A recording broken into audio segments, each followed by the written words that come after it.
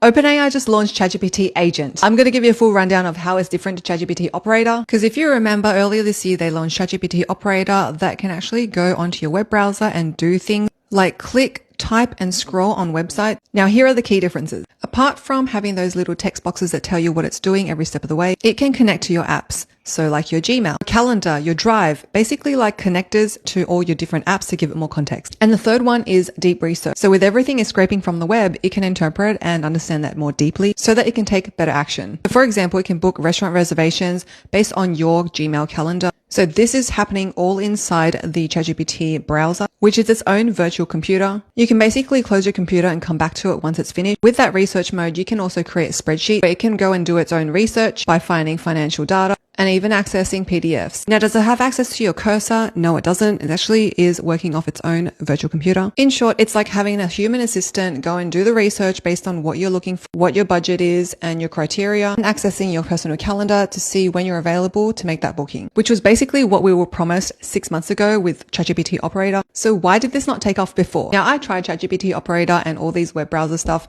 and it always kept breaking, or it would constantly stop and ask me, can I have permission to do this? So it wasn't as autonomous as I would like to hope. But on the other hand, I do understand why you need a human in the loop because of privacy reasons, like entering your credit card details, or the risk of having hidden malicious prompts on these websites that are asking your agent for your private information. In order to make this process a lot more seamless, I can see why ChatGPT is working on a web browser to compete with Google Chrome and Perplexity's Comet, because if everything runs on their web browser, it'll be a lot more seamless in their whole ecosystem. But right now, how does it compare to Manus and GenSpark? Like ChatGPT, it can also click and browse the web, scrolling to gather data, and produce slideshows like this. GenSpark can also do the same. In my opinion, GenSpark looks much nicer. Currently, I don't have access to ChatGPT Agent, but it is currently rolling out to all the paid users right now. Enterprise and education coming later in July. What do you guys think of this? Yay or nay?